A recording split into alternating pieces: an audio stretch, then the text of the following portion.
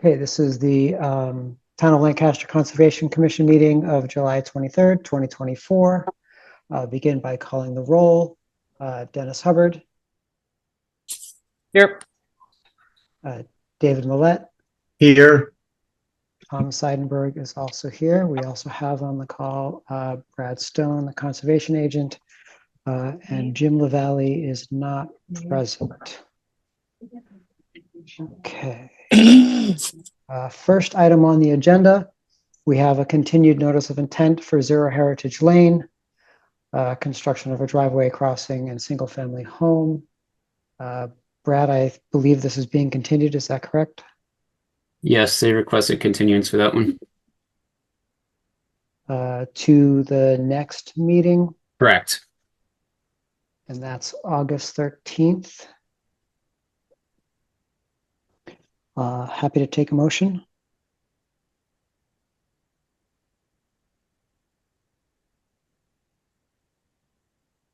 I'll make a motion to continue Zero Heritage Lane to our next meeting. I'll second. Great. Motion's made by Dennis, seconded by David to continue to August 13th. Any further discussion? Seeing none, this will be a roll call vote. Dennis Hubbard. Aye.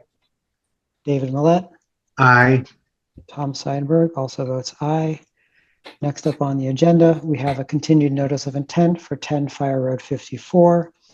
This is also being continued to August 13th. Happy to take a motion. I'll make a motion to continue the hearing for 10 Fire Road 54 to our next meeting on August 13th. I'll second. Great. Motion's been made by Dennis, seconded by Dave to continue to August 13th. Any further discussion? Seeing none, this will be a roll call vote. Dennis Hubbard. Aye. David Millett. Aye. Tom Seidenberg also votes aye. Next up on the agenda, we have another continued notice of intent for McGovern Boulevard, a construction of 2 proposed lots, a roadway extension, cul-de-sac, retaining walls, utilities, and stormwater management area. Again, I believe this is being continued.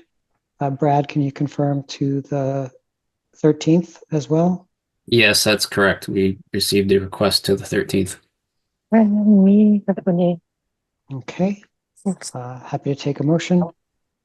I'll make a motion. Oh, sorry, nope. Dennis. Nope. Go ahead, Dave.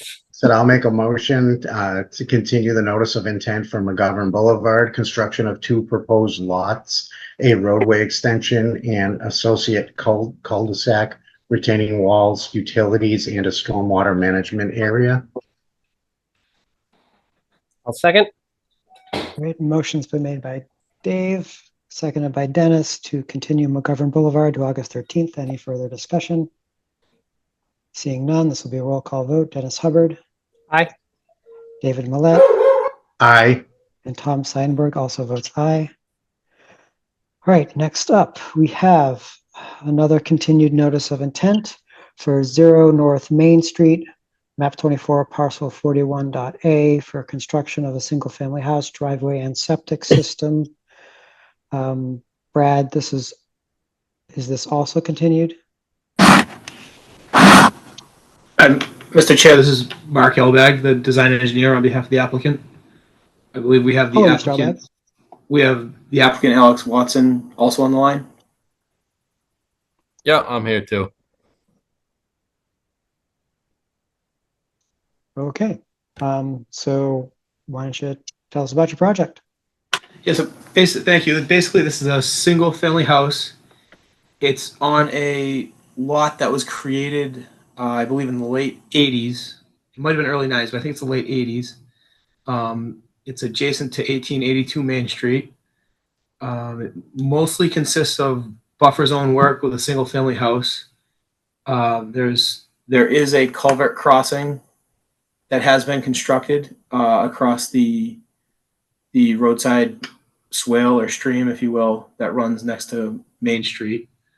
So we've gotten a handful of comments back from both Brad Stone and Mass DEP. Some of the bigger issues that we're still working through.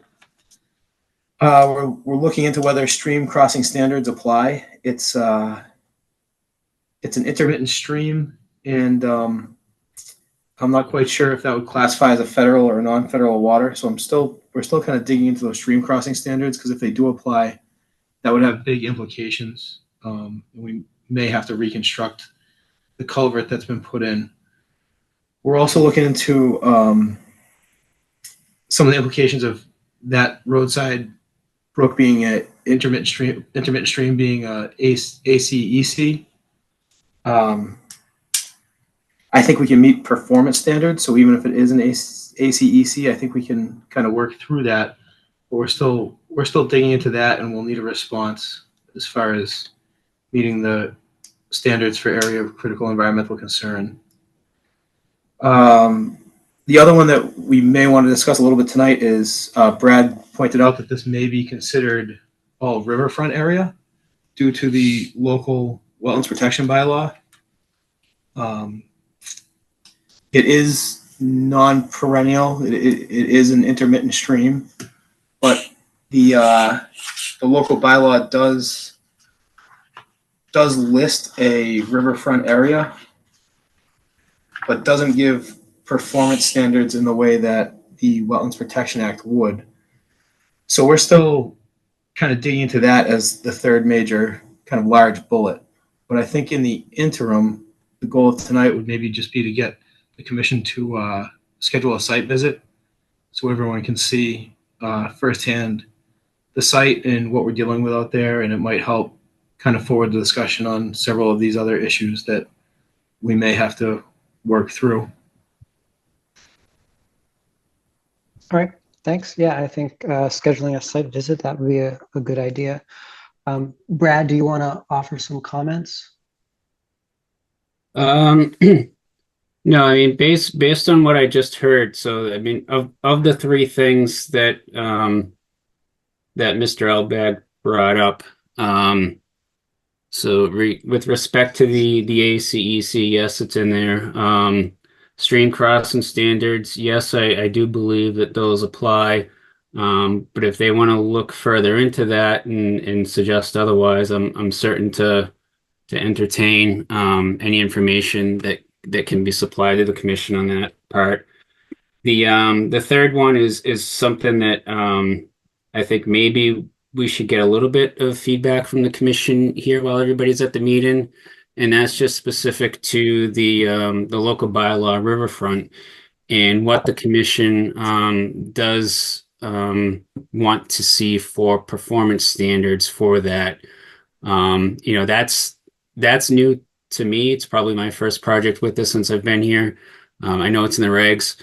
But you know, for instance, is it just an extension of the buffer zone itself, or does the commission typically look for similar performance standards under the WPA that you would normally see for riverfront?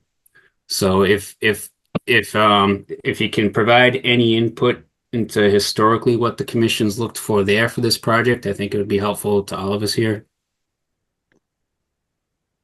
Okay, sure. So let's see. In my time on the commission, And I think if there's not a good answer here, Chuck Karen, the wetland scientist that did the work, he's got extensive experience in town for a long time too. He can kind of weigh in as well. So if we can't figure it out tonight, we can always kind of rely on Chuck as well. But please go ahead. sure, happy to hear what Chuck might want to say about it. So, as I was saying, in my time on the commission, I can't recall where we had a bylaw riverfront distinct from a WPA riverfront. Is the contention that this isn't a Wetlands Protection Act river? So you described it as an intermittent stream. So is the contention that this wouldn't be a WPA riverfront? Yes, we're certain that it's not a WPA riverfront, and Chuck can speak better because he has much more experience in town. But he doesn't believe the local regulation has been applied to intermittent streams in the past. But we can certainly dig into that because it doesn't qualify as riverfront under the WPA. So I guess most recently we have,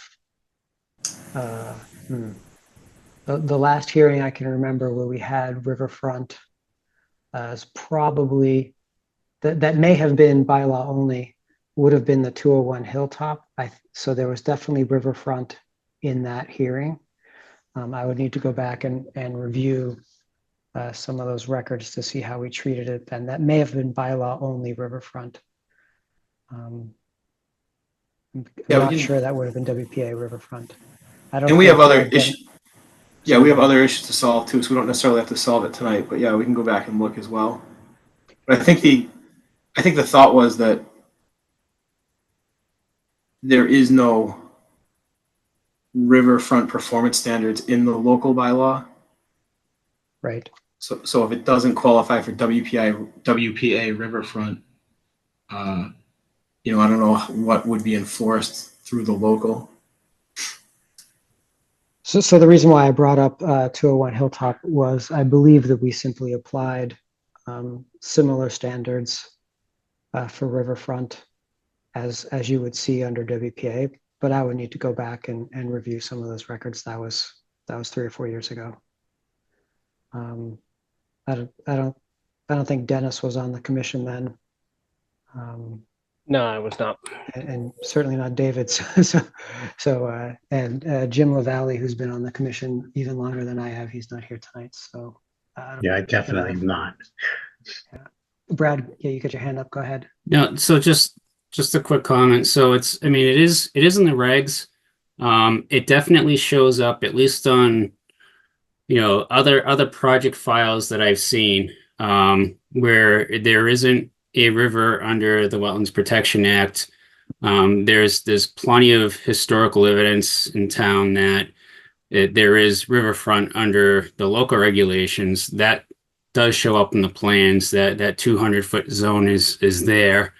There's no reason for it to be in the bylaw if you're not going to treat it separate somehow, I guess. So I guess I know it's been there, it's been recognized. What's unclear to me, again, is just the performance standard part of it. But it's there. So I can try to look and see if I can find in our records some other projects and how it might have been looked at. But again, being fairly new here, I don't know that off the top of my head, and we'll have to put some more research into it. So I would say, Brad, that if we haven't enumerated the performance standards, that I would defer to the state performance standards. And the difference between WPA and bylaw is that our local bylaw definition of riverfront is more expansive, and so that's the difference.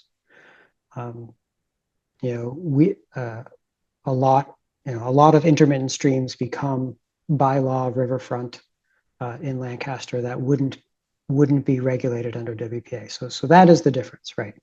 The extra regulatory authority, more spaces that are protected. Okay, and if we haven't differentiated in our performance standards, then I would say that we would apply the performance standards of the WPA. That would make the most sense to me. Okay, that makes sense to me. So basically what I think I'm hearing is that the difference under the local bylaw would be that, an intermittent stream is now a perennial stream under the bylaw, and we would treat it just like we would a perennial stream under the Wetlands Protection Act in terms of what we look for performance standards, correct? Yeah, I think that's a good starting point. And then we can take it from there. I'll have Chuck weigh in on that. Sure. Just because it's I don't know that that's what the actual regulation states, but we can look into that a little further. Yep, happy to hear what Chuck might have to say. Yeah. Dennis or David, do you have any comments on this topic? I definitely got to read through and refresh on this one. So no, I was not really prepared to have this conversation this evening. I apologize. I'm in the same boat. but it sounds like you may have come to an accommodation. I'm not quite sure. I wouldn't say we've come to an accommodation. I think we have a starting point. Yeah, I think we have definitely a starting point and a few things to look at. Just because this is going to be tricky, so I don't want to go into the wrong door and create an unbuildable lot here without eyes wide open. Yep, understood. So I think you also mentioned scheduling a site visit. Was there? Yeah, I think that's the main intention tonight, is just to kind of get everybody out there or at least have the opportunity to go see what we're dealing with out there. Okay. So we can. Would you like me to share? Would you like me to share the plan, or can folks see the plan? Sure, if you want to point stuff out on the plan, please go ahead and share the plan.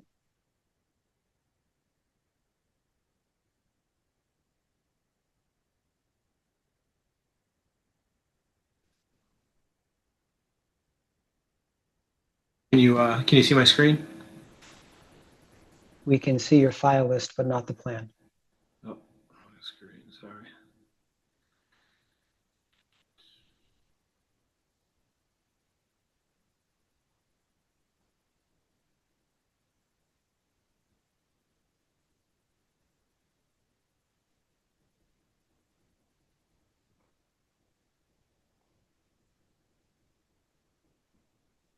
Is that better? Yes, now we can see the plan. Yeah. So I'll zoom out just so you can see it. So this is the entirety of the plan. You can see Main Street is on the north side of the lot there. There's some. I'll zoom in. We have some wetlands along the east and rear side of the lot, and then the area that most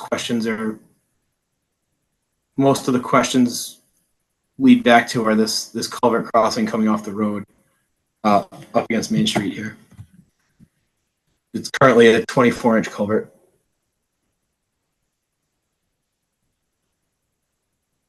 And that's what we'll so when you go out there, it's all open field with the driveway entrance and the culvert installed, and the house and septic will be off to your right as you pull in.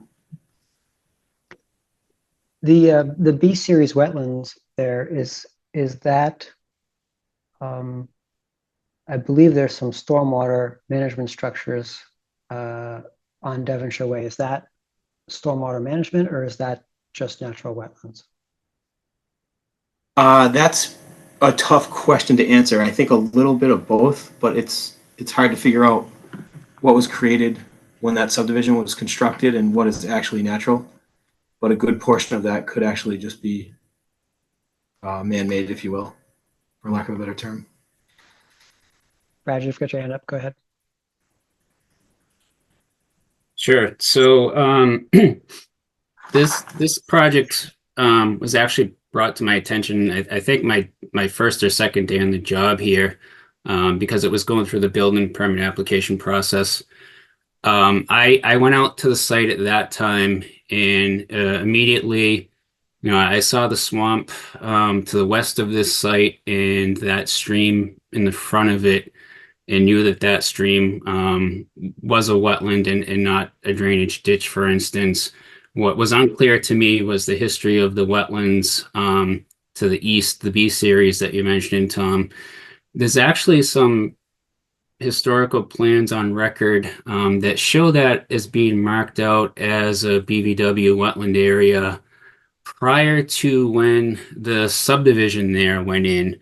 What was interesting when the subdivision went in, sometime after that plan, it didn't treat the area as wetlands, probably incorrectly. And that area was used for a stormwater management system, which would be prohibited under the regs. So I think at that time it was missed from a lot of viewpoints, I guess. The stormwater system shouldn't have gone in there, but my belief is that it was created in a wetland area But ultimately, that wet area existed prior to that, so it wouldn't have any exemption under the regs, for instance. I don't know that it, for the purposes of what we're trying to do here, I don't know if it matters either way. But yeah, I can go back and look at the 1989 plan. I think that had some wetlands on there. But for the purposes of what we're doing here, most of the hurdles that we have to clear are related to that culvert crossing coming off of Main Street. Because the rest of the wetlands off to the east are really we're just buffer zone. We're just really working in the buffer zone of those. So whether they're man-made or natural, I don't think it has a large implication for the project. Okay. Right.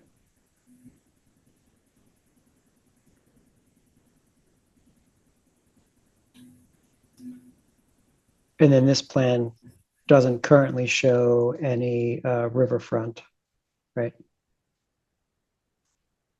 This plan, I don't know if I have the buffer on this plan or not. I It see would the just be a- wetland buffer lines, but I don't see any.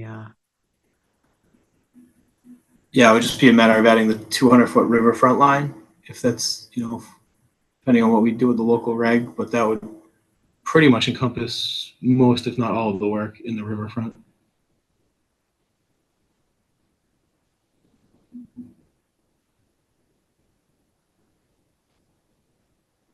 In the front there, the 07, 06, 05, is that the stream or is that something else? Yeah, that's actually that's A series. That's A. Okay. Yep. Okay. Yeah, those in the wetland delineation report, those are the A series wetlands, and that's the intermittent stream up against Main Street. Okay. Yep. Okay. And I see the 100-foot and 50-foot buffers for those. And then the B series is BBW. Brad, go ahead. Just to refresh the commission's memory. So in the comment letter, I did mention there is a stream within the B series as well. It's a little bit off what's shown on the plan right now, but on the if you Mark, can you scroll down a little?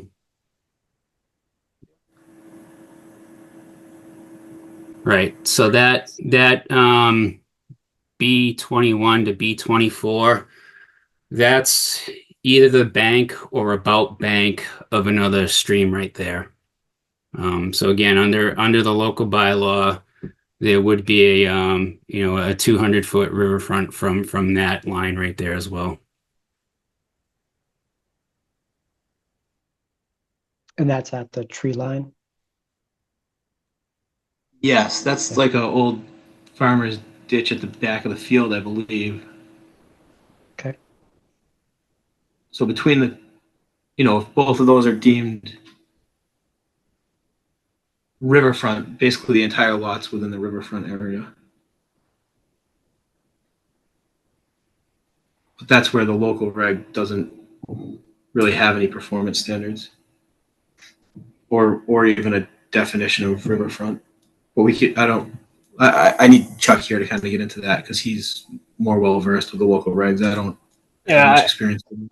I mean, in our definitions, we clearly say intermittent buffer zone includes 20-foot no build or no alternative area surrounding any wetland or vernal pool. It shall also include all land within 100 foot of a wetland or floodplain resource area and within 200 feet of riverfront, whether perennial or intermittent. And intermittent is defined primarily as, allowing flow into or out of an area protected by the Wetland Protection Act. So if we've got defined wetlands, we've got an intermittent stream, there is a 200-foot river, 200-foot buffer. Yeah, I'll let Chuck weigh in. I'm not well versed in the local regs. I think the issue was even if it is defined, there is no performance standard within the local reg to that buffer zone.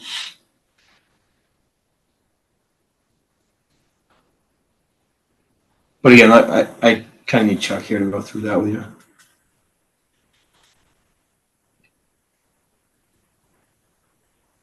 Okay, so we'll table that discussion until the next time we meet. I think we have an understanding of the issue, and we just need to have the discussion. We'll wait for Brad to provide some comments back to the commission on that issue, and we'll wait to hear from Chuck if he can provide us a comment letter to address that. We'd happy to take that and consider. So scheduling a site visit. I don't know, Dave, Dennis, what your availability might be. When is when Mr. Elbag, when would you be available? I think we might have some difficulty scheduling before the next meeting. Yeah, what does everyone thinking for time slots as far as time of day or time of week? So I can do mornings pretty easily. I think next week is not going to work at all.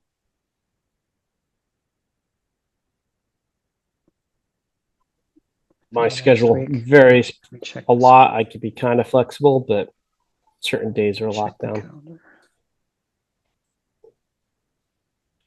I typically am going to have Mondays and Tuesdays available, but I am going away, I believe, August 2nd, and I'll be away till the 15th. So I could potentially have done this week on Monday or Tuesday, but after that, it'll be after the next meeting. So Brad and, David and Dennis, are you both interested in going to this site visit?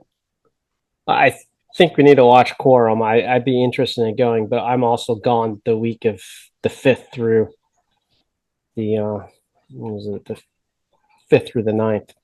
Okay, so it sounds like I could do next week, but I can't do the week after. Let me just scroll back through my calendar here. 1 second.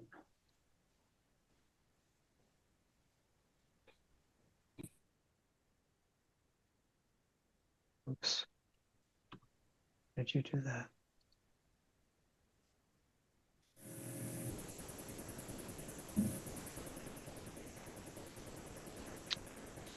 Yeah, this is going to be challenging. So I can do this week in mornings, and then I think we're going to find it difficult to get the 3 of us there, and then quorum.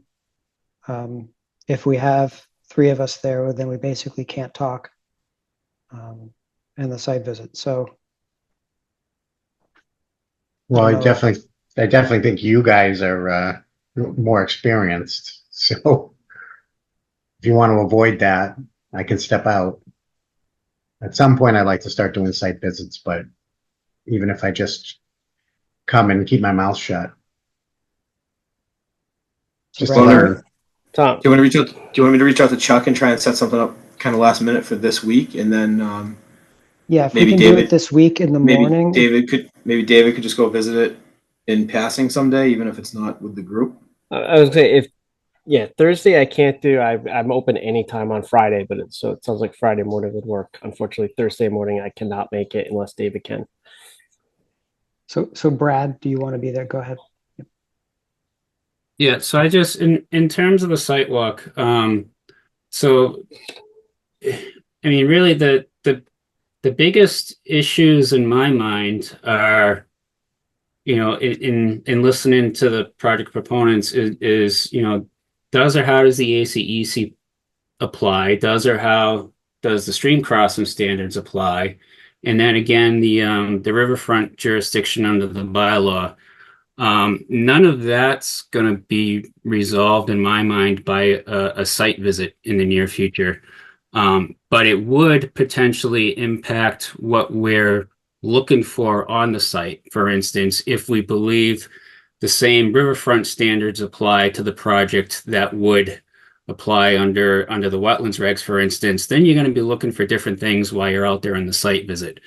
So, I'm just wondering in terms of the interest of time and value for the site visit, does it make sense to go look at it now? Is there something that you want the commission to see in particular, Mark, now before we look at those other things? And if it's helpful to the commission, I don't disagree with the wetland delineation in terms of where it's shown on the plan for jurisdictional areas under the state regs. So the flags show bank in some areas, BBW. So that line isn't moving. I looked at the wet meadow in the field. I looked at the streams. It doesn't show the stream in the B series, which we would need to see for the bylaw. But I don't, if it's helpful to the commission, I don't think we need to go out there and evaluate that unless you want to look at it yourselves. So just timing wise and trying to make sure we're not going out there multiple times. Just want to see if you want to think about that now before deciding when you want to see it. That's all. Okay, so yeah, those are helpful comments, Brad. So yeah, so as far as the ACEC is concerned, I think unless and until you can show that intermittent stream is not in the ACEC, I think the general assumption is that it is. That's a factual question. So if you want to say that it isn't, show us the survey that shows that it isn't. Otherwise, it is, and it needs to meet the performance standards. With respect to the riverfront, let's call that for the moment an open question. Happy to take comments. Happy to listen to the case for why that shouldn't be regulated as a bylaw stream with riverfront. And so that's a finding of fact that the commission will have to make. So I think, Brad's basically saying, let's have those discussions and come to conclusions on those two things. And then we understand, how we would regulate this project. Does that make sense? Yeah, the third one just being the stream crossing standards. Which is, determined by whether it's a stream or not. So, once we make that finding of fact. Yeah, it's even beyond that. It's whether it's a federal or non-federal water. Well, I see. Which is even because it's actually, I don't believe the stream crossing standards are in the Wetland Protection Act yet. So it's even, we're still digging into that. Okay, it might be worth the commission just taking a ride by to see the 24-inch culvert now, because if we do have to meet those stream crossing standards, that becomes that 24-inch culvert becomes a major box culvert or a bridge. Okay, understood.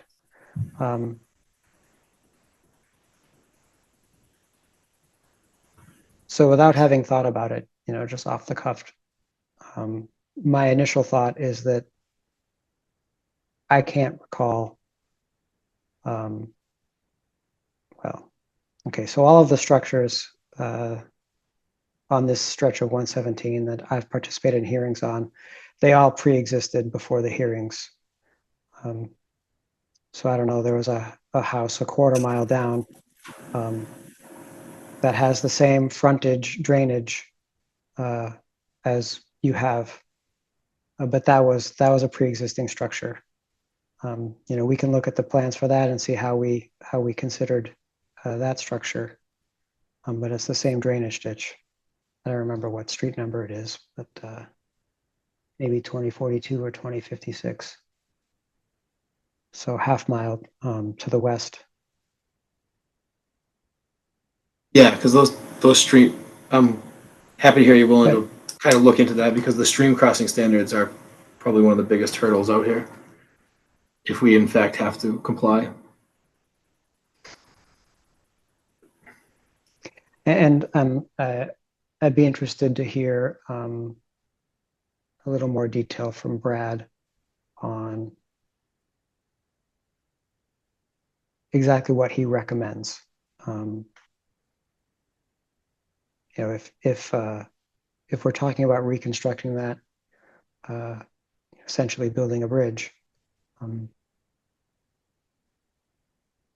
yeah, I think I want to understand a little bit more. So I will do a little bit more reading myself.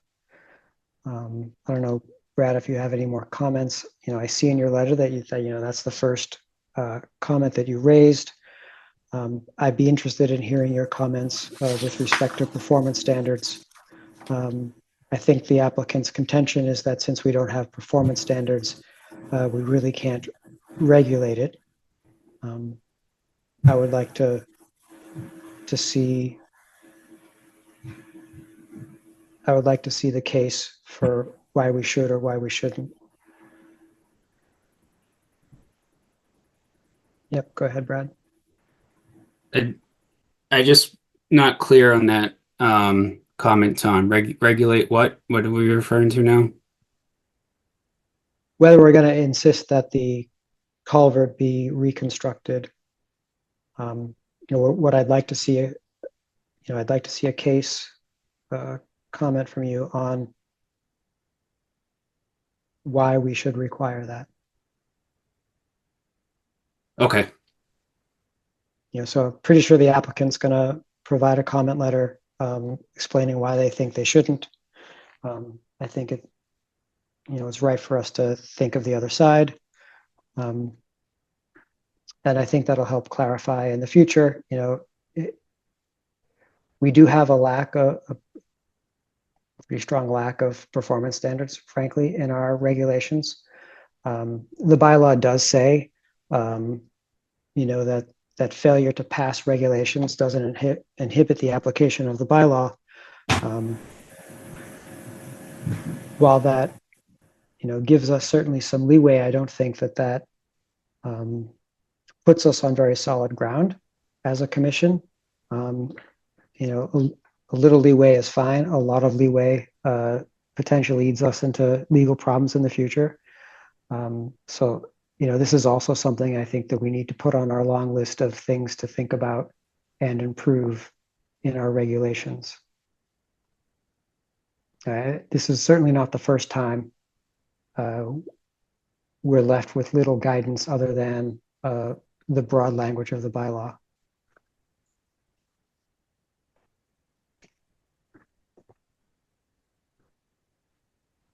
Okay, I think we'll wait for Mr. Elbag for you to reach out to, well, okay, so let me back up. I was about to say that we could do a site visit later this week. However, I think we're actually looking to have the comments first so that we can just have a better idea of what we'll be looking at when we do the site visit. So let's try to settle next meeting. Let's try to have the commission and the applicant understand these issues better and how we're going to regulate this project. And that'll help us focus on a site visit, you know, exactly what we want to look at.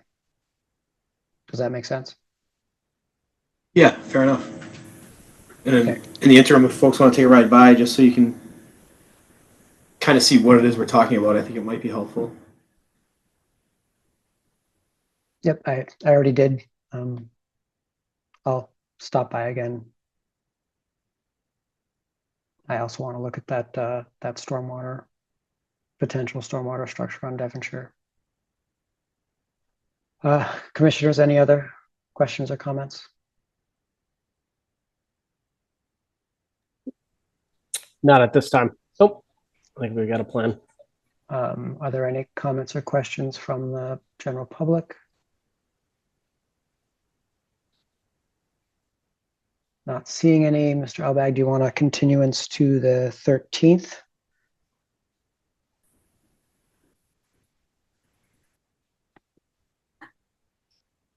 Oh, did we lose? Nope. Mr. Elbag, are you there? Did we lose you? We lost. We may have lost him. It shows his audio is not connected. Sorry. Oh, there you are. Okay. Sorry about that. So did you want a continuance to the 13th? Yes, please. Sorry, I cut out. My internet cut out.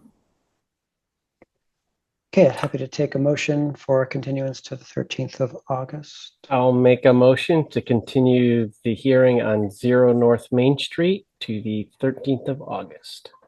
I'll second. Great. Motion's been made by Dennis, seconded by David to continue to August 13th. Any further discussion? Seeing none, this will be a roll call vote. Dennis Hubbard. Aye. David Millett. Aye. Tom Seidenberg also votes aye. Right. Thank you very much. See you in 2 weeks. Thank you. Okay, next up on the agenda, if I can find my agenda. We have a request for determination of applicability for 24 Farnsworth Way, cutting and removal of trees. Let me read the notice into the minutes. Town of Lancaster Conservation Commission notice of public hearing, July 23rd, 2024. Pursuant to Mass General Laws, Chapter 131, Section 40, the Wetlands Protection Act, and the Lancaster Wetlands Protection Bylaw, the Town of Lancaster Conservation Commission will hold a public hearing via Zoom on Tuesday, July 23rd, 2024 at 7 p.m. to hear and act upon the following matter. A request for determination of applicability filed by Walter Kilborn, 198 Bolton Road, Lancaster, Mass. 01523 for cutting and removal of trees. The property is located at 24 Farnsworth Way, Lancaster, Mass. and is identified as Assessor's Map 42, Parcel 130.j. Copy of this application and accompanying documents are on file in the Office of Community Development Planning, 701 Main Street, Lancaster, Mass. 978-365-3326.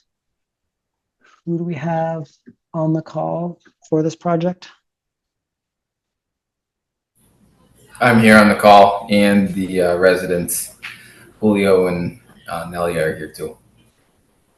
All right, welcome.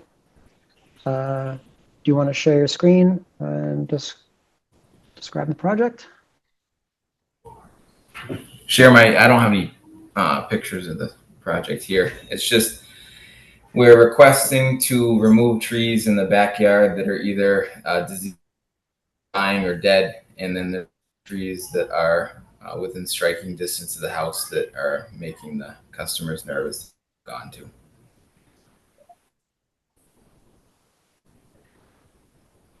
Okay, Brad, do you have any comments on this?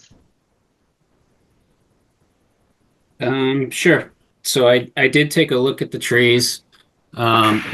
The closest ones flagged to be removed are probably 60, 65 feet from the BVW. If you've looked at the GIS maps, for instance, the work is closer to the wetlands than what would show up on that. Clearly, a bunch of them are stressed and need to come down. There are some healthy ones that are definitely within range of the home as well. I looked at everything that was flagged to be taken down. I don't have any issues with what they're proposing. There's actually still a pretty good forested area buffer that's going to be remaining out there. I do have the application with the photos if you want me to share it, but I do believe I forwarded it to the commission before as well. If you want me to pull it up, just let me know. Dennis or Dave, you've seen the plan. You don't need to see. Do you need to see it shared? I don't.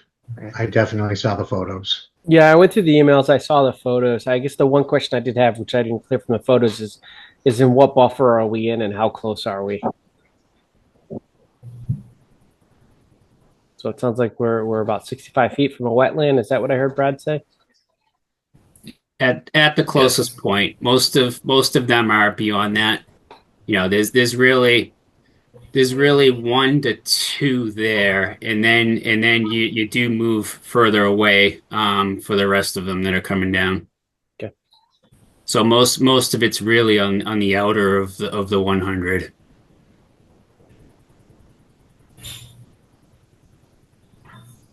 And I guess the one question I have is, is this just tree cutting, or is this also going to include expansion of the yard?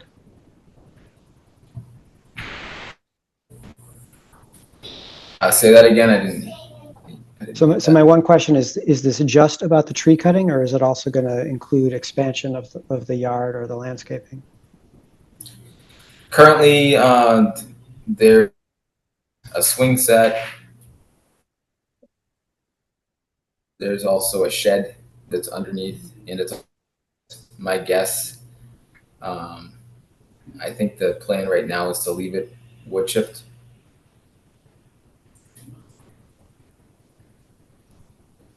Okay, so Brad, you're in summary, you're fine with this RDA as a negative? That's correct, and again the application, as I read it, was for the tree removal. So it's not for any additional yard work, expansion, things of that nature. Okay. Commissioners, any other questions? No, I think this one's pretty straightforward. As I'm long in as Sorry, Dennis. yeah, I Go was ahead, gonna David. say I think it's pretty straightforward as long as we're clear that the RDA is for just the tree removal. Any other work would need to come back for a more review. I'm in total agreement. Okay, thank you. Any comments from the general public? So I'm not seeing any. Happy to take a motion for a negative determination.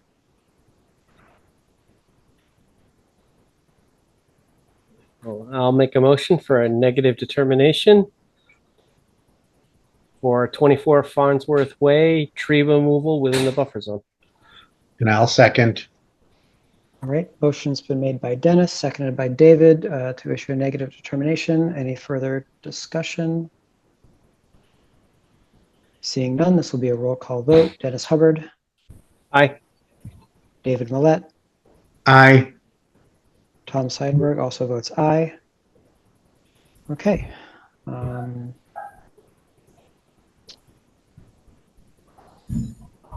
I just realized we didn't close the hearing. Sorry. Make a motion to close the hearing.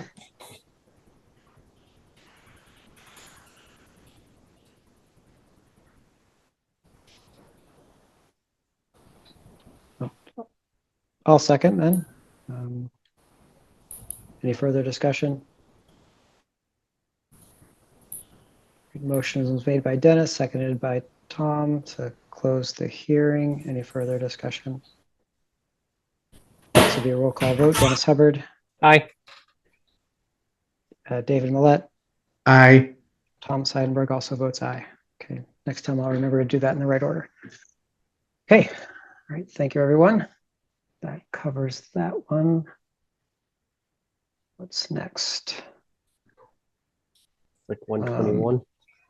Next up, we have a notice of intent, 121 Fire Road 11, retaining wall replacement and site improvements. Brad, I don't have the meeting notice for this project. If you could read that into the record. Yep. Pull that up.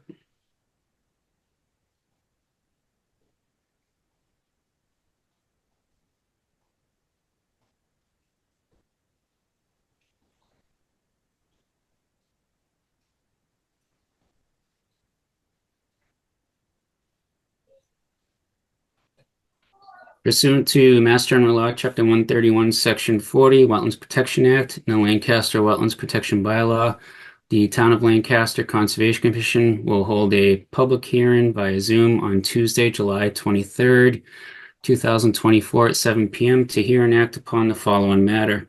A notice of intent filed by John Birtwell, 20 Woodlot Lane, Southbury, Connecticut, 06488 for retaining wall replacement and site improvements. The property is located at 121 Fire Road 11, Lancaster, Massachusetts, 01523, and is identified as Assessor's Map 9, Parcel 42. Copy of the application and accompanying documents are on file in the Office of Community Development and Planning, 701 Main Street, Lancaster, Massachusetts.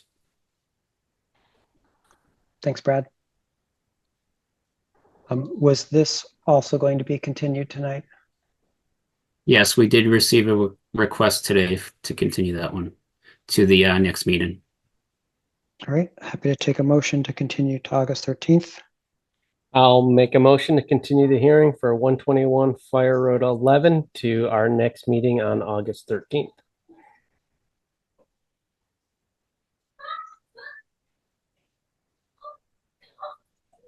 You know, David, if you're on mute, if you seconded. I'll second. Sorry about that. Great, motion has been made by Dennis, seconded by David to continue to the 13th. Any further discussion? Hearing none, this will be a roll call vote. Dennis Hubbard.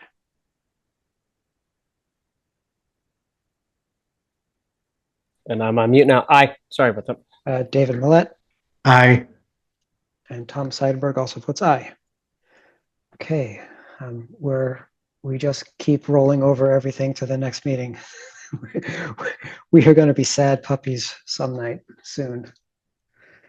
Okay, next up on the agenda, so that finishes the public hearings. We now have discussion. First item on the list for discussion is 314 Fort Pond Road plan revisions. Brad?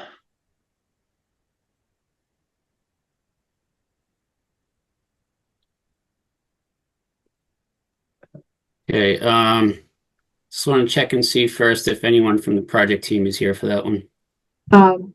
Elena Pascarella, I'm the landscape architect for the project. The last time the project was presented was by Ryan Proctor of Dillis and Roy. Okay, welcome. Vacation this week, and we've been working with them anyway through the beginning of the project. So basically, my associate had presented the initial plan that was approved. So I can share my screen if that is probably the easiest. Okay. Screen two here. Can everyone see that? It hasn't come up yet. Now we can. Yep. So basically the blue line is the 25-foot pond offset. This is Fort Pond. This is a narrow lot with a very steep slope coming from Fort Pond Road down, going south to north. East is up here, west is down here. The blue line is the 25-foot pond offset. The red line is the 100-foot pond offset. The house is basically in this location. There's a driveway coming down. Our initial plans showed pretty much all of this, the same thing.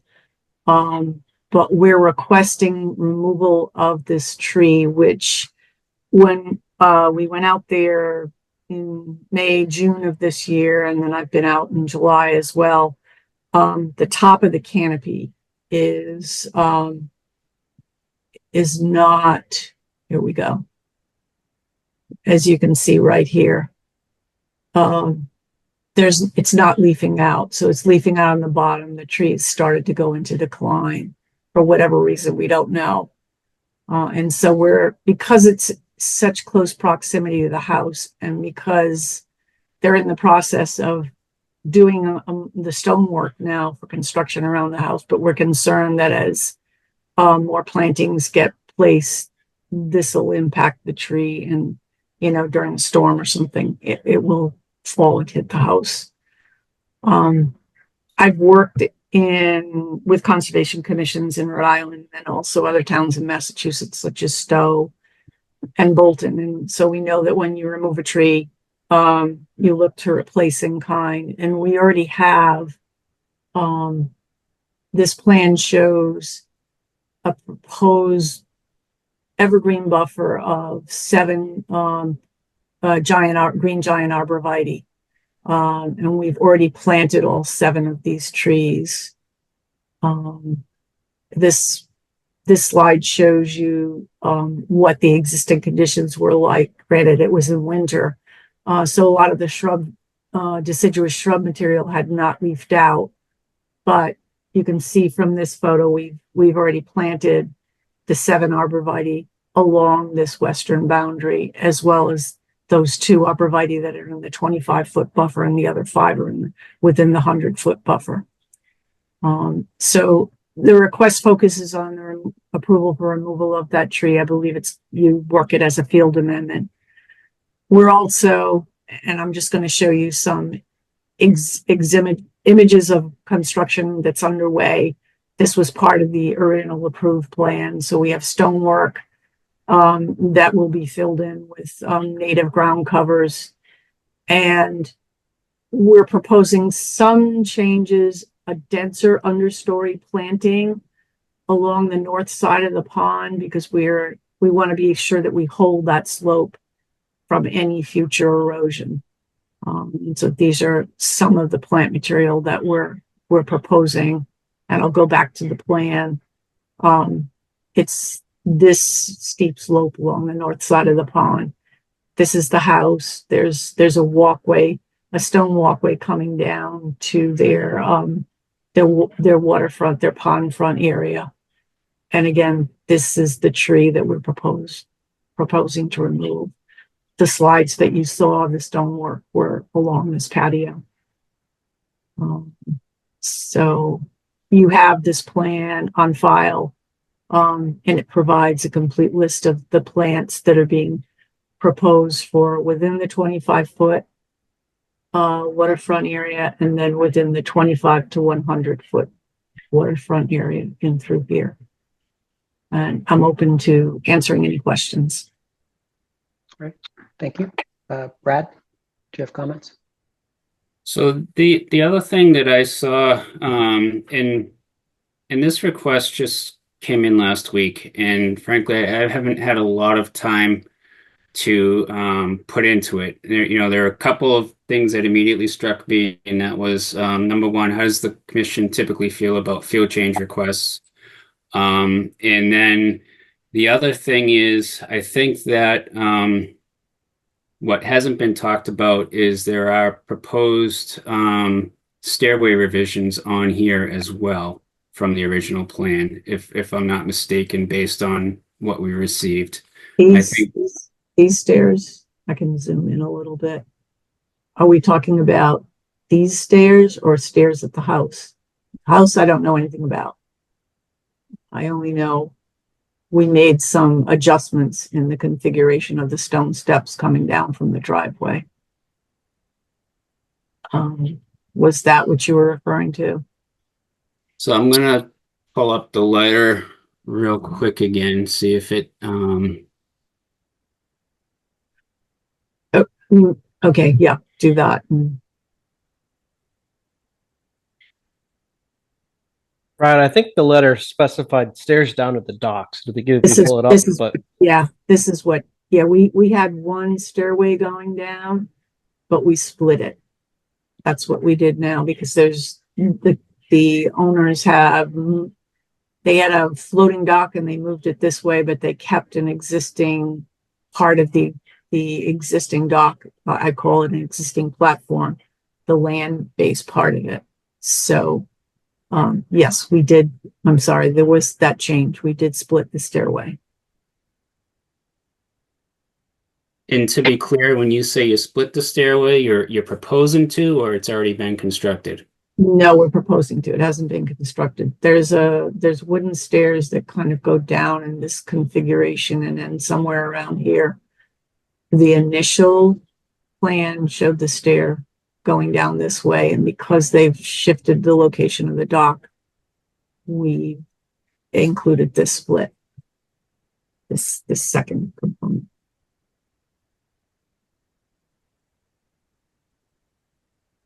Okay, so I guess, for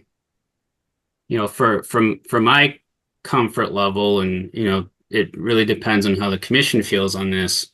I'm not familiar with the site. I have not seen what it looks like right there. Anytime I'm seeing work proposed right along the edge of a shoreline, even stairwell work, I would want a sense of what's actually changing there, before I'd be comfortable making a recommendation.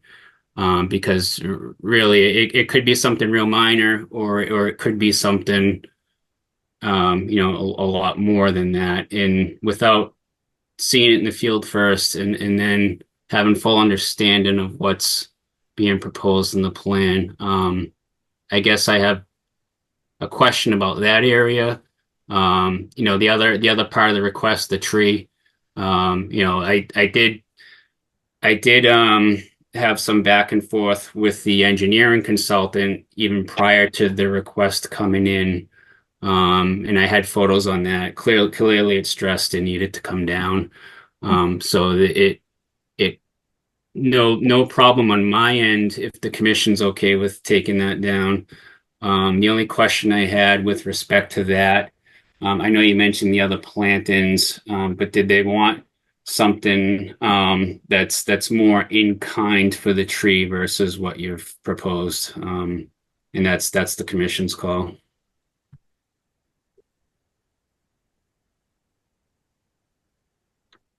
Commissioners, any comments on Brad's question?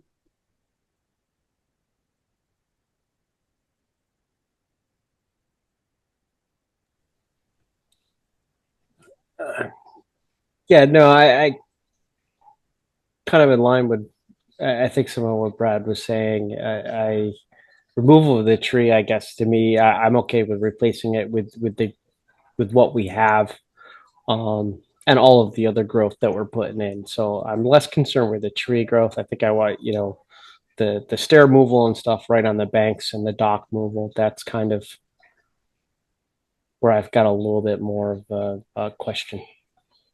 If it was just the tree, to me, this is a pretty easy one.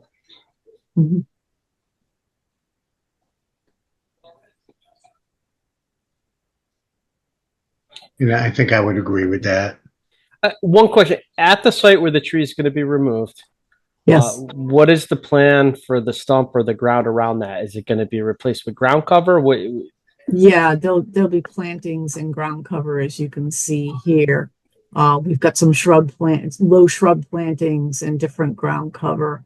I got to zoom out because I can never remember what the initials stand for. But anything, it's material that's native, first of all. We have small, low dwarf calmeoletta, mountain laurel, calmeoletta. We've got some different ground covers that'll work in that situation. Partial shade, partial sun. Some of them are evergreen.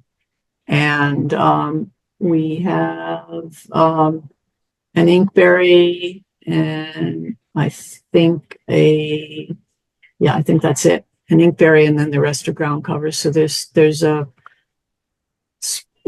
low shrubbery, low evergreen shrubs. I wanted to be sure we had evergreen, something substantive to hold.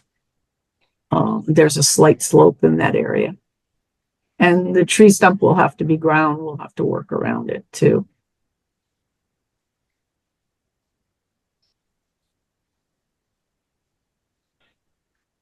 With respect to the dock, so if I'm reading this right, the existing dock is being removed. It says here existing platform, which is a different shape than the existing dock on the previous plan that I have. Yeah, the dock came out this way, and what they did was this part of it was floating, and they moved. I guess it was deteriorating, so they had a new one constructed. But My understanding, they moved it over here. But they're still keeping this existing platform. I do have photos. I'll have to find them. Sorry, I didn't put them in the presentation that I put together because I thought we were focused on this and the slope. So, but I can send out photos to the Conservation Commission for review of the area. And Okay, so and obviously, if you're going to want to go out there, you'll be able to see for yourselves the conditions. yeah, so I'm comparing this with the plan, the amended order of conditions Right. plan from October 2023, 2023. Yeah, which shows the existing dock in the this way. in the form, sorry, in the footprint of that existing platform. The comments here on this plan that you're showing us and that we received this week, remove and restore grassy beach. Oh, So that's so well, this is a so my shape. comment is this: you know, if that note is correct, in a sense, you're trading one little stretch of beach for another to move the dock to, you know, whatever, a more convenient place. Mhm. That as a field change, I would be fine with. But if I think you just stated that they're keeping this existing platform, that I'm not sure that I'm fine with, because that's actually alteration of the bank to Mhm. put in the new dock. So as far as the plantings, I think what I've heard from the other commissioners is that they're fine with the proposed changes. Mhm. You know, and regardless of what I might think, I'd be outvoted on that. So I think, you know, while I would prefer to see a tree, I think this is that the removal of the tree is probably an approvable thing. The dock, now that I see this plan, I'm really going to want more clarity on that for myself. Mhm. And I think Brad, you're asking how the commission feels about field changes. So I would say, in this one aspect that I've just been talking about the dock, I would not be comfortable with that as a field change if the existing platform remained. But if the plan was to simply remove the old dock and move it aside, Brad, if you are comfortable with that as a field change, then I would be comfortable with that as a field change. Mhm. With respect to the tree, you know, the commission does currently see at least an RDA for every tree removal on the ponds. And while we've discussed making that administrative, we haven't done that yet. So I certainly think that you should come before the commission for something like mature tree removal.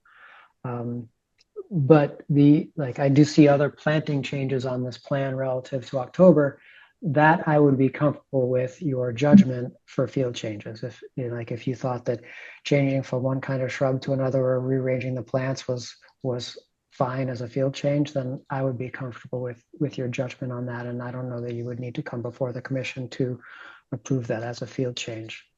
I don't know how the other commissioners would feel about that with respect to field changes. I don't know if you guys want to comment. Tom, I'm aligned with everything you said. Me too. So right now, this is just discussion. So I don't think we have a request for an amended order of conditions. Mhm.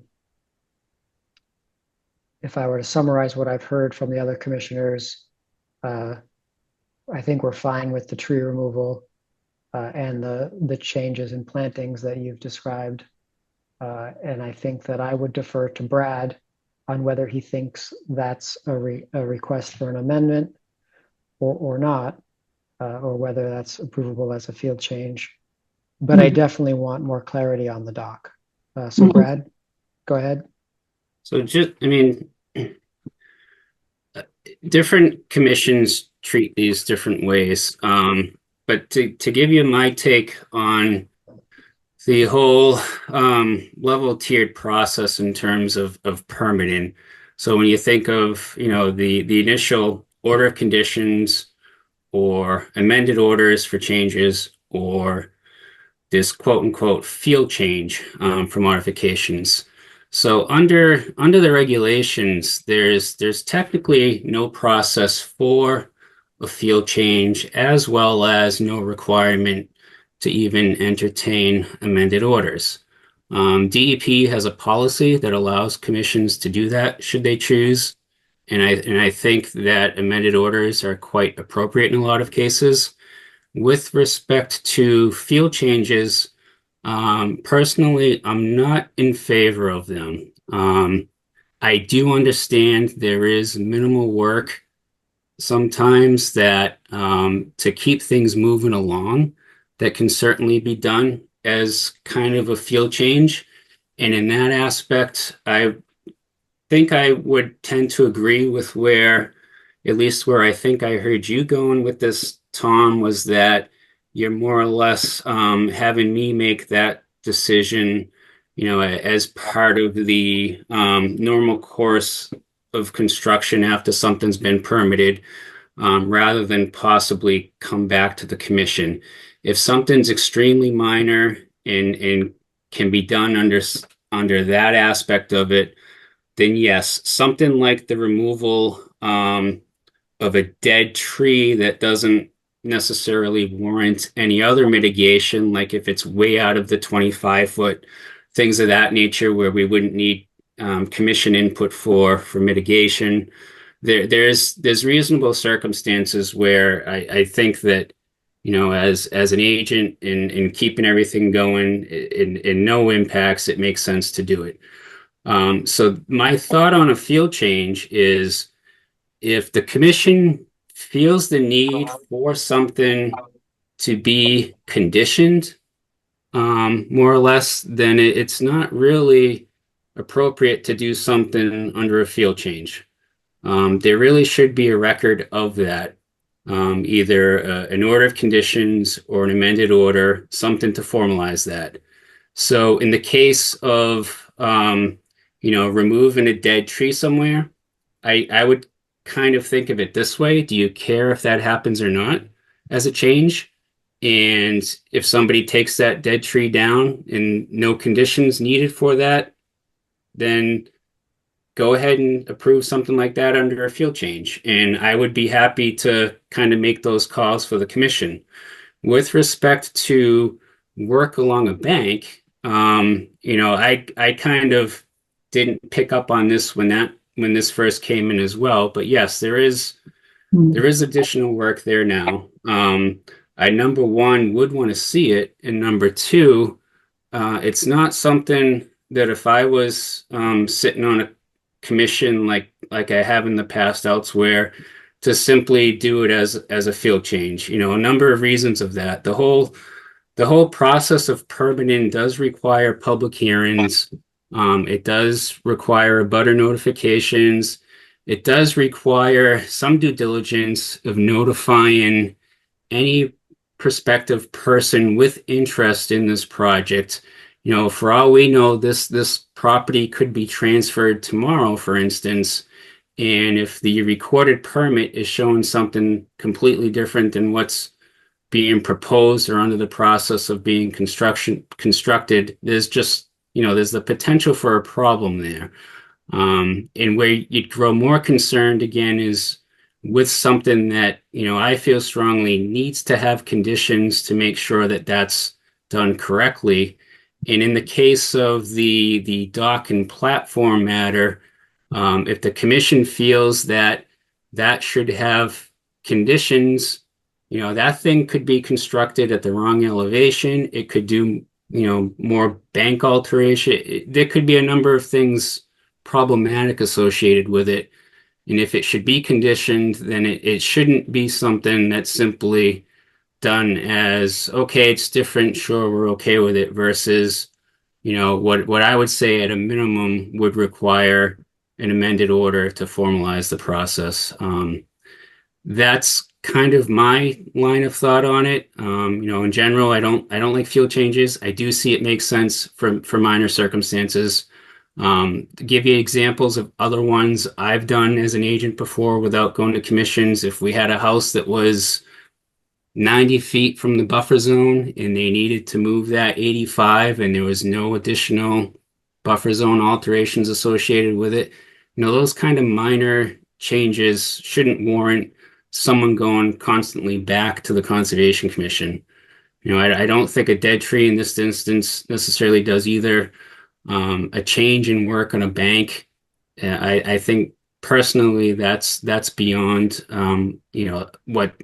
what really isn't a process, but what people in the industry call field change. Right. Thanks, Brad. Yeah. So I'm aligned with you. I already said that I want to understand the dock issue more, and since that would obviously be a filing to do that, like if there was nothing else going on, that would be a filing all by itself to tear down an existing dock and move it to another place and restore the bank. That's clearly a notice of intent. So that's clearly an amended order of conditions in my mind. Frankly, removing a tree, within the buffer zone has always been an RDA for this commission. So since it's, I guess I would say that removing a tree would also be an amended order of conditions, even though it sounds like we're open to it. I don't think it's controversial. I'm inclined to agree. I think Brad was being a little more generous than I think I'm being right now. I think that's an amended order of conditions and not just a field change.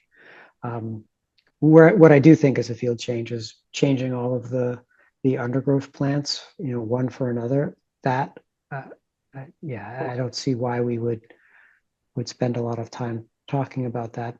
But on the other hand, Brad's making a good point. We approved a plan, and if it isn't done according to the plan, that certainly could lead to problems later. So, I am comparing both of these plans right now, and there certainly are other differences noted beyond the two that we've just talked about. I'm not entirely sure if the scope of those plans, of those plan changes, are entirely within the remediation for cutting the tree, or if maybe one of the plans is just busier because it was trying to show a different thing, and the plan we're seeing right now was just trying to show the plantings. So the plan from October shows a lot more of the trees, and this plan doesn't show them the same way. So it's hard. It shows the trees in a different way. So the plan is the overstory. Yeah. Because we were trying to simplify the overstory so that the understory plantings, the additional plantings, were more easily readable. Yeah. So it's actually hard for me to compare these plants. Is there Understood. Page? Yeah. Yeah. So what my understanding then is that the field amendment is not approved for the tree removal or anything right now. Is that correct? That's my feeling. I think it would have had a different feeling if not for the dock, to be honest. But so we'll have to. Yeah, you'll have a written notification that you'll send to Dillerson Roy, to Ryan Proctor. I believe he's the one who filed for this, but again, he was on vacation, so wasn't able to present. And you'll also send it to the client as well, the owner, correct? Brad, you'll reach out to them. So I can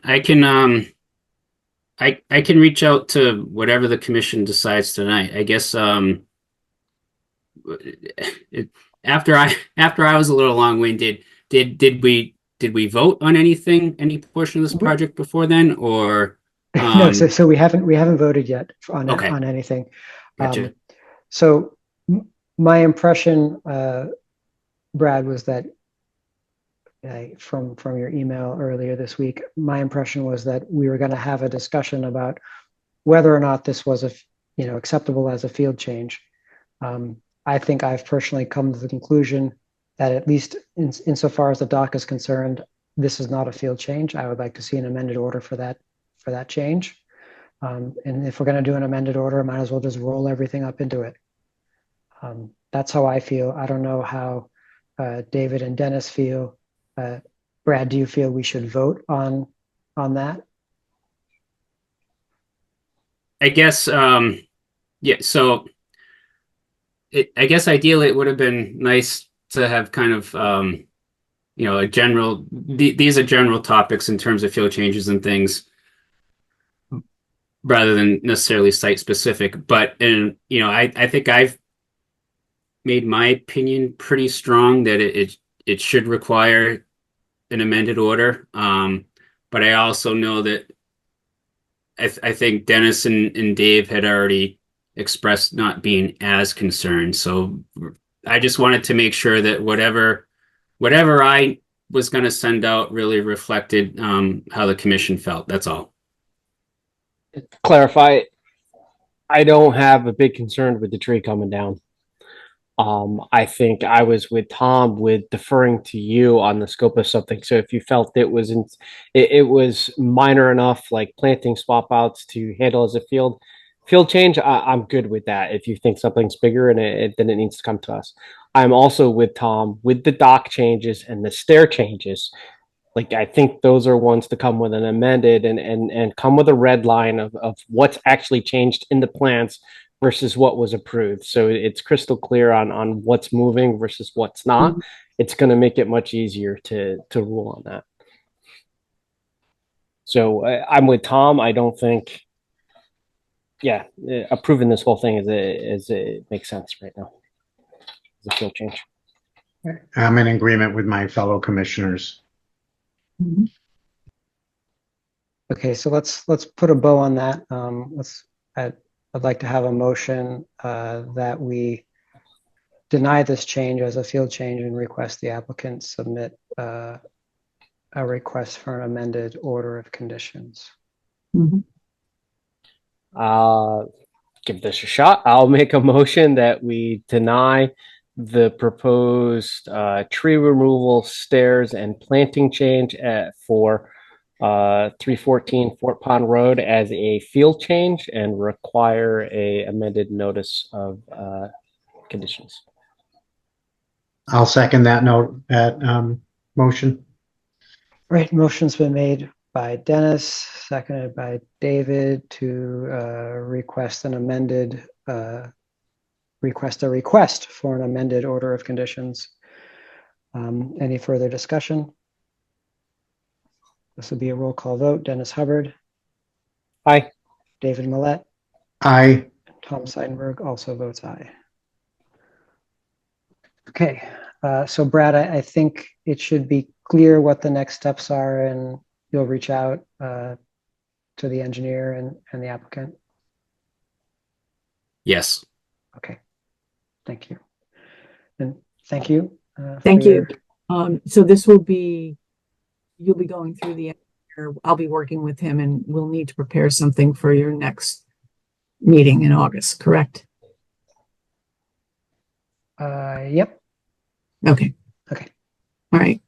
Thank you so much. Thank you. Yeah. Next up under discussion, we have discussion for 35 Holiday Lane plan revisions.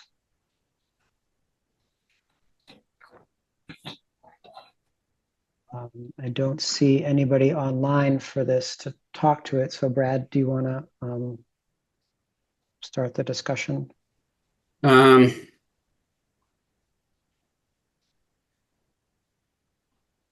Sure. So again, this is another one that came in sometime last week, I believe, and I have been trying to ask people to redline changes to plans, to anything that's changing, which I think we'd all find useful. This particular one does, let me just see if I can share it real quick just so everybody has it.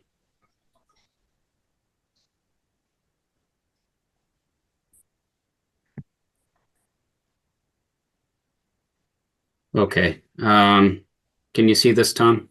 Yep. Okay. So my quick interpretation, there wasn't a cover letter with this. So my quick interpretation of this in terms of the changes is the underground propane tank, which is just outside the buffer zone.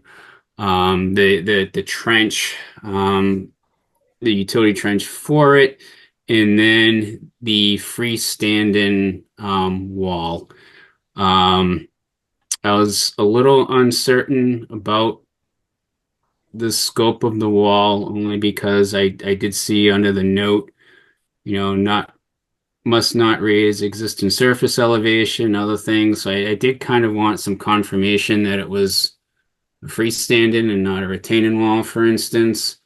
But again, it's something that was given to us in close proximity of having to make an agenda. So I put it on there just to see how the commission felt about this type of a change, again, under the quote field change type criteria. So for my part, I wouldn't have any issue with the propane tank, frankly. I don't really understand what the point of a freestanding wall would be. But yeah, I mean, I really don't know what to make of that, frankly. I don't know what its purpose is.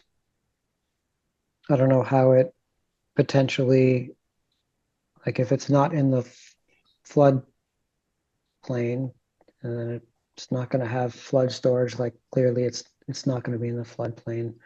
That was much closer to the pond. Yeah, I don't know. That if again, this is another one where I would defer to you. Like if you think that that's fine to change, it's not on the plan. It's in the buffer zone. I mean, the site is already well developed. So, I mean, I don't know. I don't know what to tell you. Yeah, Yes. I'm sorry. Go ahead, Dennis. I was going to say I'm having trouble. Like, is there grading changes around this wall too, or is it just literally adding a wall on the existing grade?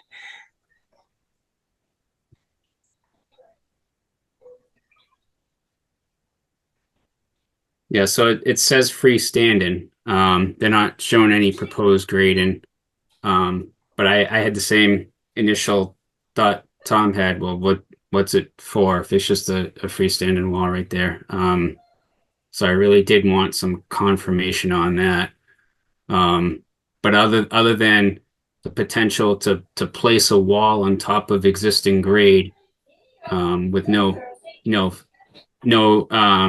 filler cuts around it to make it a retaining wall, for instance, the only earthwork within the buffer zone would be the utility line to the propane tank.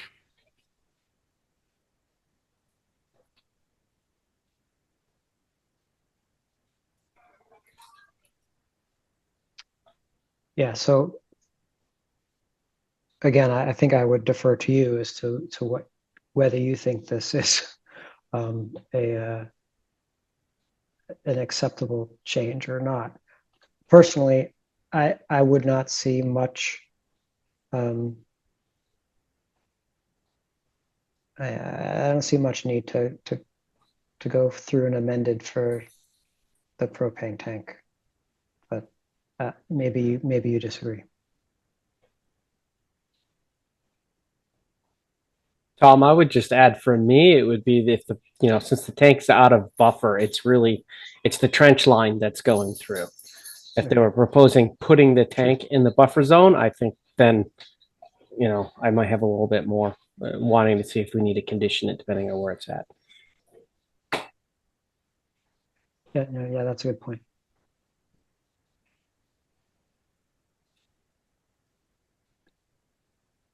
So Brad, again, I took this agenda item as there was some question as to whether or not this would be a field change from the commission's point of view. Is that what you're after, or are you looking for? Right. If it would be acceptable without requiring going back to the commission for something formal. And in my personal take, with the tank, I think I agree with Dennis. The tank being outside the buffer zone, the earthwork for the utility trench is going to be pretty minor, and that area is going to be all disturbed anyway as they landscape and build around the structure. So it's not like you're cutting through a forest to put this line in. You're going through earth that's going to be disturbed regardless, whether there's grade changes there or not. So it's pretty minor activity in itself. And as long as the wall is indeed freestanding and that there's no change in grade or retaining wall type activity associated with it, if they're just building something on top of the ground in that location, then I personally wouldn't be motivated to send them to the commission for that. Again, being new and wanting to get a feel for how everybody on the commission feels, to get your thoughts on it before I went that route. Yes, but to if it was me and only me making the decision, I wouldn't say that change needs re-permitting if it's just placing it on top of existing ground. Yeah, Brad, I'm aligned with that. At least you're aligned with my thoughts there. The only thing I would say on the freestanding wall is I think what really makes it also to me is the fact that, again, it's disturbed land. We're not clearing anything out to put this wall in. I think that would be a different story, but it's already an approved planned to be disturbed in that area anyways. I'm good with that take. So the other thing that I'm going to add here is I'm comparing the plan to the one that we approved earlier this year. There are other changes on this plan. Again, all of the trees marked to be removed were not marked to be removed on the plan we approved. And 2 of those trees are within the buffer zone. So I don't know if you noticed that difference, Brad. They're not redlined, which is why I'm pointing it out. I don't see notations on the plan that we approved that those trees were to be removed. Maybe that was in discussion or in a narrative, but I don't see it on the plan. But I do see it on the plan that you shared with us for this meeting.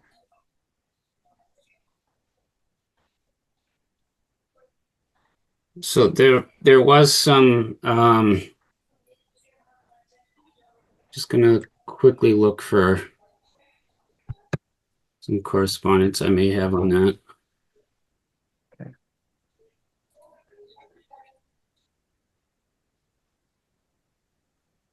And the other reason why I point this out is this. So this was before your tenure with the commission. This site has a history. This site is the site of a violation in the past. This plan approves work that was done without permission. And so, to be perfectly honest, changes on this site deserve extra scrutiny, in my opinion.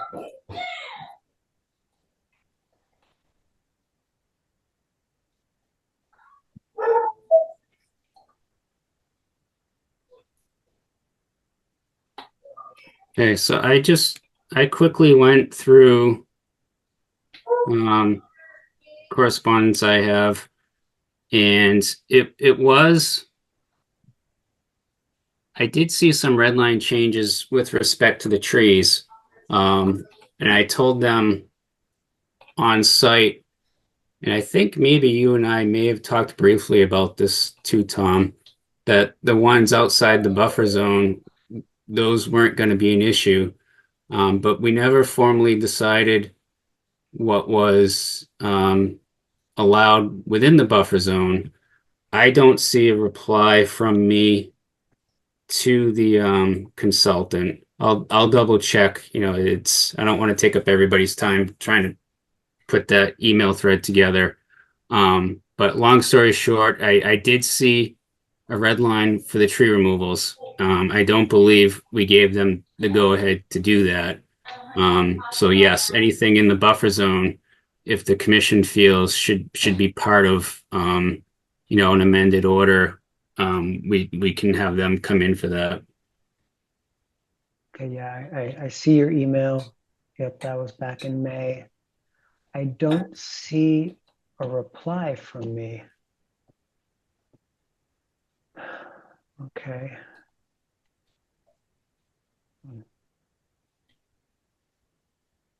Well, that's a shame if I never replied. I don't know if we maybe spoke on the phone. Let's go back. Did I ever actually reply to that? And we may have spoken on the phone. Oh, hey, Tom. Yeah. I stand corrected. So I did. You sent me the plan with the trees redlined Yeah. in May. No, I did do just find believe we talked about this. Because I'm certain I wouldn't have made this decision myself, at least. Because I did give them the go ahead May 3rd. I didn't copy you on it. But so there were red line changes for the shed and the 5 trees shown on the plan. And I do believe we talked about this. And the more I think about it, Tom, one of the things we discussed was there's infiltration chambers where that tree in the buffer zone was now redlined to come down as well. And the that might septic. have been the driving decision to Yep. give the go ahead rather than say, well, come back for an amended order, because it really needed to come down to accommodate that. So I remember that now. Yeah. Now that you okay. mentioned that. Yep. Okay. So sorry for not thinking of it Yep. sooner, Okay. but it's making sense to me now. So I think that portion of it has already been addressed. Okay. Yep. I think, yeah, now that you mentioned that, I do remember that conversation. Yep. Seeing the chambers there and the septic system. Yeah. Okay. All right. So then circle back. If I take those trees to be removed as not a new difference, so then all the new changes are redlined on this plan. I have no problem with these changes. I mean, I don't understand why you would put a freestanding wall, but I'm not seeing why that's worse from a wetlands perspective. But so I would defer to you if you think that it's fine. I have no problem. Commissioners. Would it be appropriate for the commission to ask, or do we just take it as what we see, because there's no representation here to explain it to us?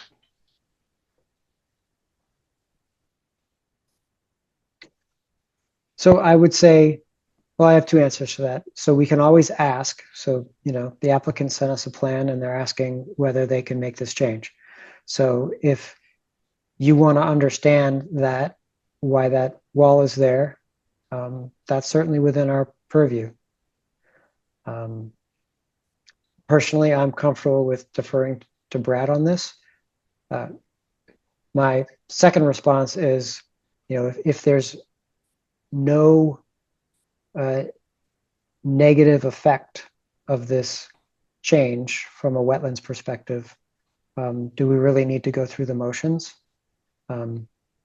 Contrast to the discussion, the previous discussion just now, there were consequential changes, right? The removal of a tree, that's destruction of vegetation, moving the dock, that's alteration of bank, right? So clearly there was substance there that's within our purview that is clearly regulated.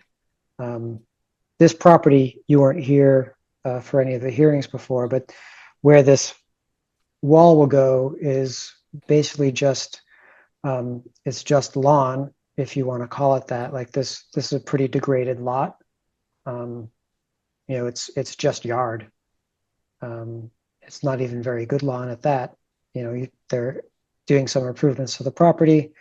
So I personally have no problem with, them putting a wall there. I don't think it makes it any worse or any better from a wetlands perspective. I don't know if that clarifies. It does. It does. I'm just concerned because you mentioned that they were outside of compliance of regulations earlier.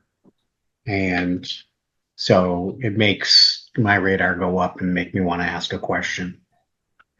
Yeah, and I said that because I saw these other changes on the plan that I didn't remember. But then, Brad and I went through our emails and he reminded me we had this discussion a few months ago. So that put my mind at ease. I'm fine. Okay.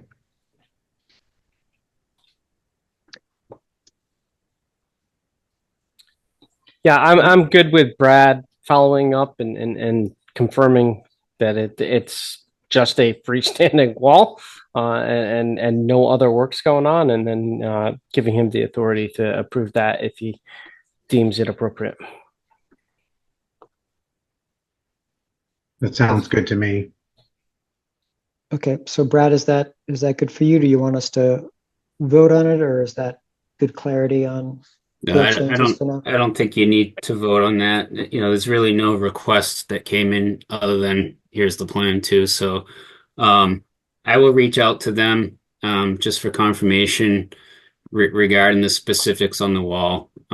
So that, again, we're all comfortable that it's not a retaining wall. There isn't going to be earthwork that's, vastly different than what was approved. They're just simply putting something on top of the grading that was approved in the past that's already being disturbed as part of the construction. That's something that should be fairly quick to get an answer to, and we'll go from there. Okay. And this isn't for us, but if the wall needs to be set back from the property line, the height of the wall. If it's not, then he's gonna end up with zoning issues. So might just be a little FYI.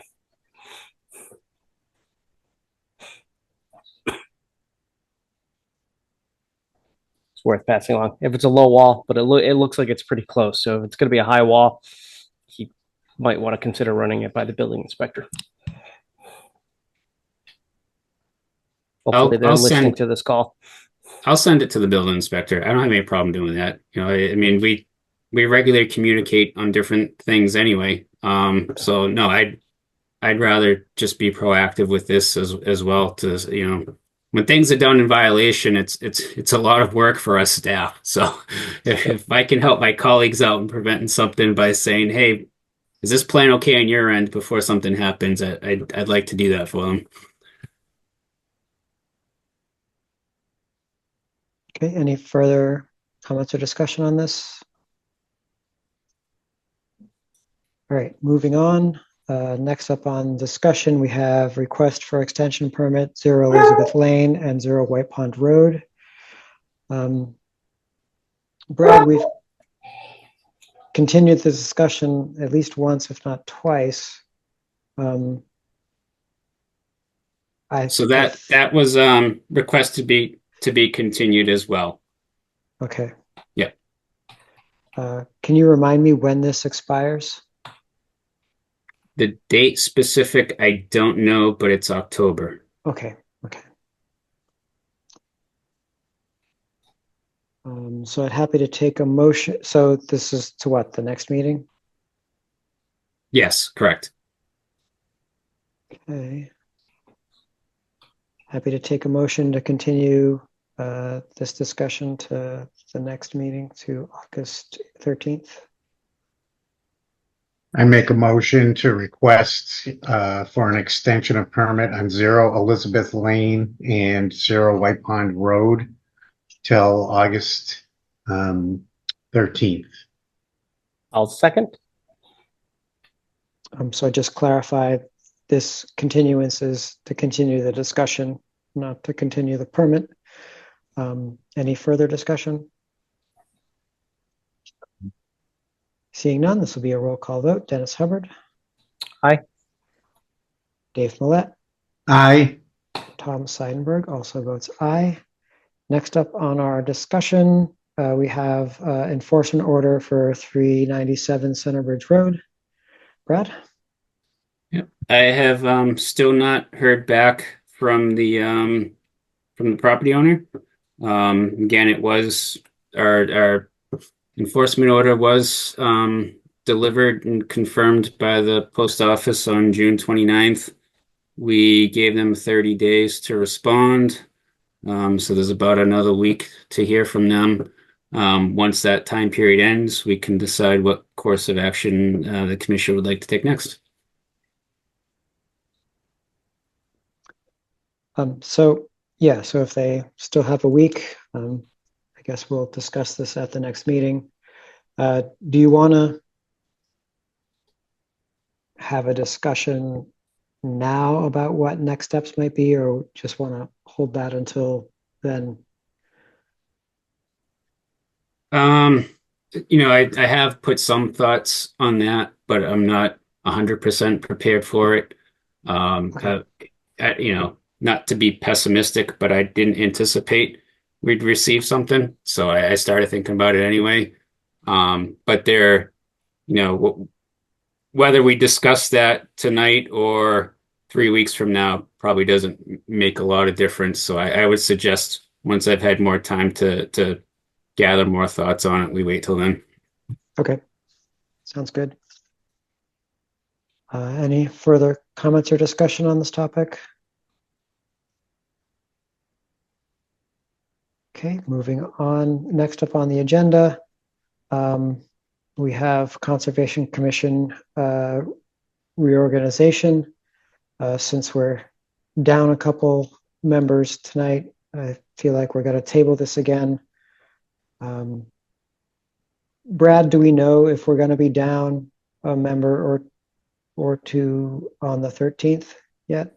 We will be down one next meeting at least. That's going to be me. Okay, so let's table this to the 27th and hope that we will have 5 sitting members then. My expectation, hopefully, is that the select board will appoint a member at their next regular meeting. We'll see if they follow through with that. I was kind of caught unawares, just an hour or two before the last select board meeting, that the chairman of the select board actually wanted more information before considering the appointment, even though I had asked earlier that it take place. I think that select board chairman has all the information that he needs. I'm not aware of any more requests from either from Carl Fawcett, who expressed interest, or from the town clerk. There was a question as to whether the resignation of Bruce McGregor was official. So it was official. So now that question has been put to bed, I think the select board is good to go to make the appointment. I don't know if Brad, you want to follow up with town staff to make sure that this happens as soon as possible.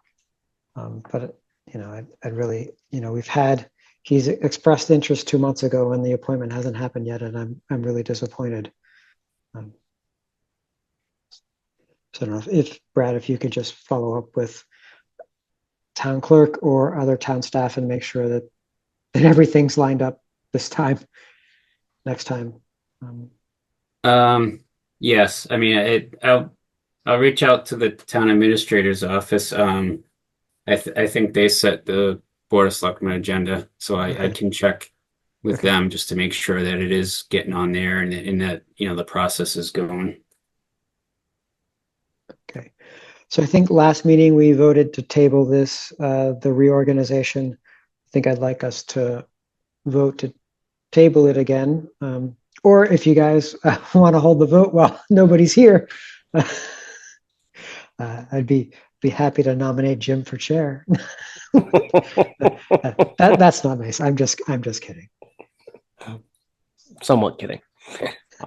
I'll make a motion to table the reorganization of the conservation committee commission. Oh my God, I can't talk.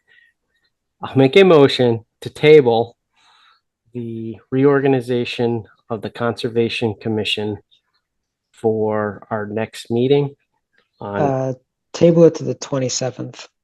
to 2 meetings from now to 8/27. I second that.